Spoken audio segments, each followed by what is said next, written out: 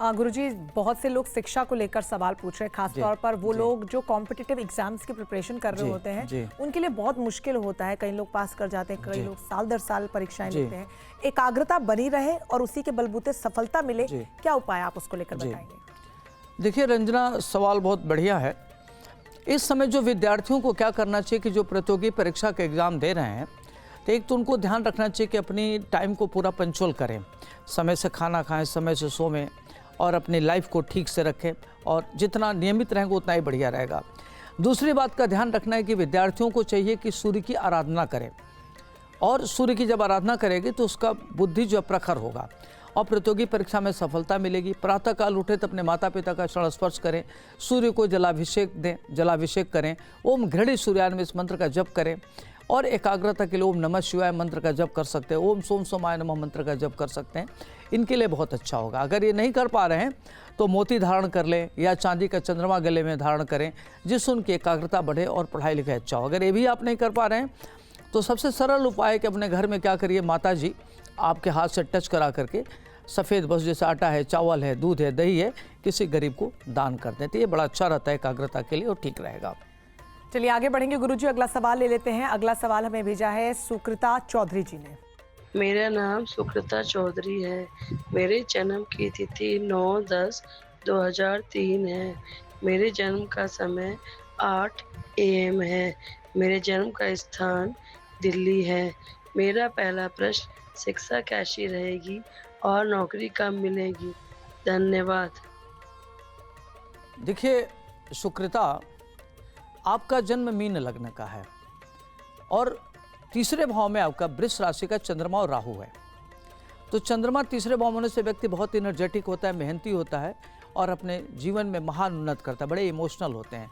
राहु शत्रुहंता योग बनाता है, लेकिन चंद्रमा राहु की युति और शनि की युति क्या करता है कि व्यक्ति के मन में अज्ञात भय रहता है, इनसिक्योरिटी रहता है और व्यक्ति बहुत एक्स्ट्रा कॉन्शियस रहता है। पारिवारिक दायित्व तो उसके पर बहुत बढ़ जाता है और व्यक्ति अपनी जिम्मेदारियों को ढोने में काफ़ी लगा रहता है और अपनी जिम्मेदारियों को पूर्ण करते हुए इस तरह के लोग महान उन्नत करते हैं।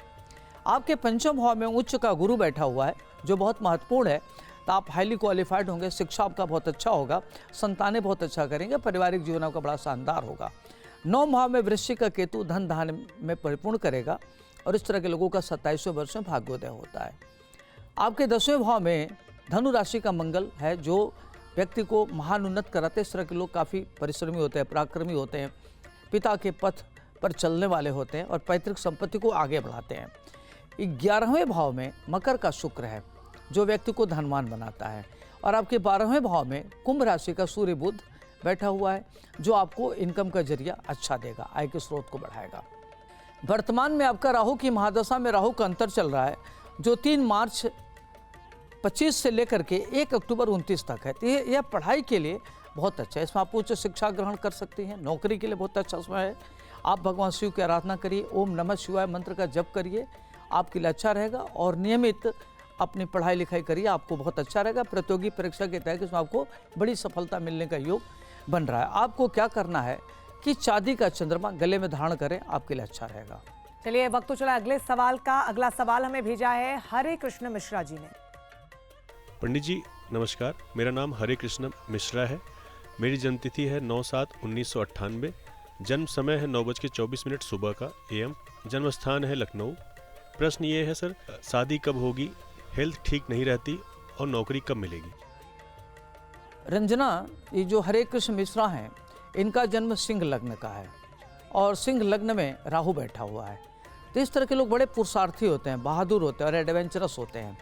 इनके अंदर जोखिम भरा कार्य करने की अद्भुत क्षमता होती है और जोखिम भरा कार्य जितना करते उतने ये प्रगति करते हैं। राजनीतिक महत्वाकांक्षा इनकी पूर्ण होती है।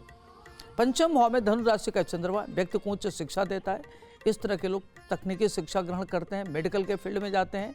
और सप्तम भाव में कुंभ का केतु बैठा हुआ है जो पारिवारिक जीवन को थोड़ा सा उतार चढ़ाव लाता है। 9 भाव में मेष राशि का शनि नीच का होकर के बैठा है। ऐसे लोगों का भाग्योदय 28वें वर्ष में होता है। 10वें भाव में आपका वृष का शुक्र है जो स्वगृही का होकर के है। इस तरह के लोग पैतृक संपत्ति को आगे बढ़ाते हैं। इनका कर्म क्षेत्र बहुत अच्छा होता है, ये काफ़ी लोकप्रिय होते हैं। और 11वें भाव में मिथुन राशि का सूर्य मंगल व्यक्ति को धनवान बनाता है।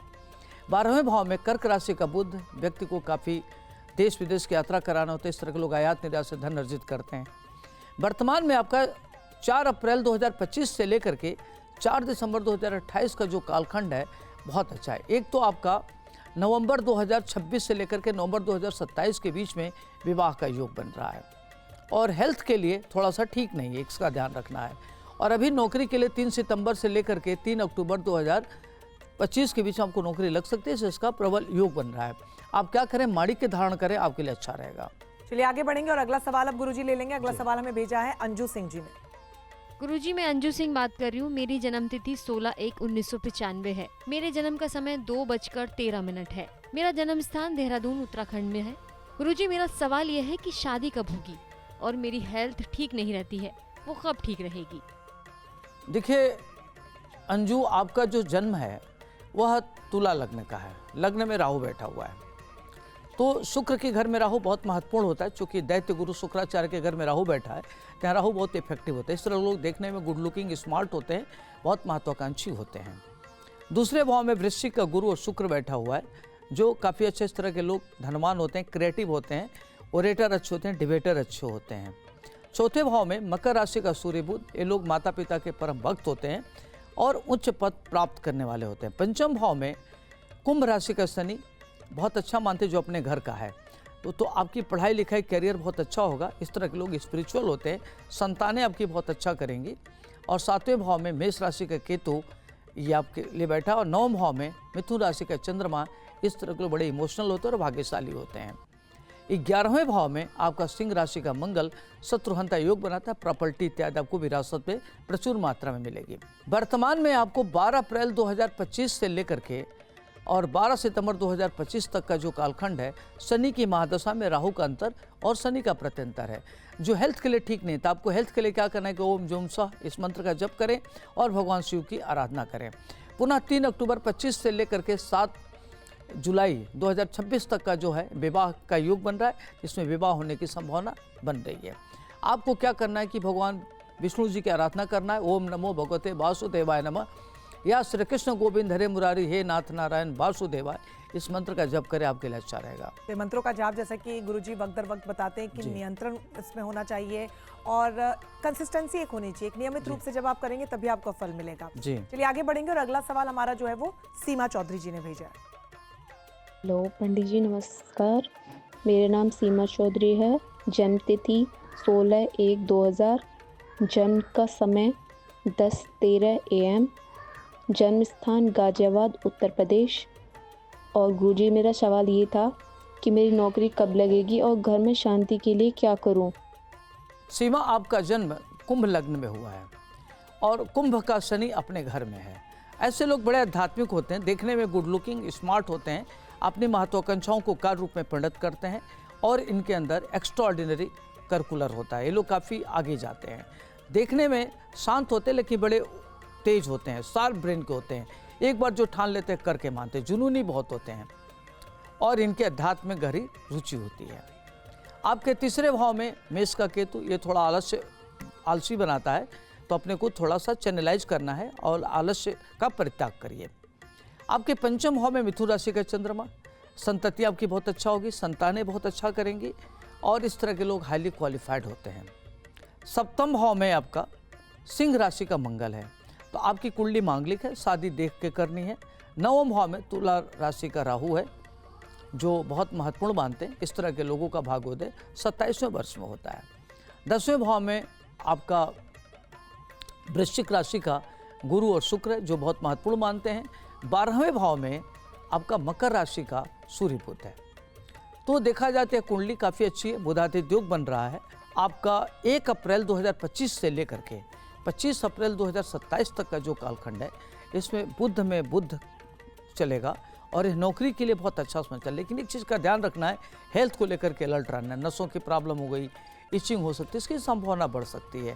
और आपके घर में जो कलह चल रहा है उसका ध्यान रखना है कि आपको क्या करना है कि घर में नमक का पोछा लगवावें और शाम को क्या करें कि कपूर से भगवान शिव की आरती करिए। कर्पूर गौरम करुणावतारम संसार सारम भुजगेंद्र हारम सदा बसंतम हृदय रविंदे भवम भवानी सहितम नमामि, इस मंत्र से आरती करिए, आपके लिए काफ़ी अच्छा रहेगा। आपके घर में सुख चैन शांति बनी रहेगी। तो उम्मीद है कि आप सभी ने अपने अपने प्रश्नों के जवाब बहुत ध्यान से गुरुजी से सुने होंगे और नोट डाउन करके तमाम उपाय रखे होंगे, जिससे कि आपकी जितनी भी समस्याएं हैं वो यूं छू मंतर हो जाए। तो चलिए, बहुत शुक्रिया गुरुजी हमारे साथ जुड़ने के लिए। धन्यवाद। आज के कार्यक्रम में बस इतना ही। आप भी लघु गुरु से सवाल पूछ सकते हैं। आपको बस अपना नाम, जन्मतिथि, जन्म का समय, स्थान और प्रश्न के साथ एक ऑडियो क्लिप बनाना है और हमें इस नंबर पर व्हाट्सएप कर देना है। हमारा नंबर है 9355010002। लघु गुरु करेंगे आपकी हर समस्या का समाधान।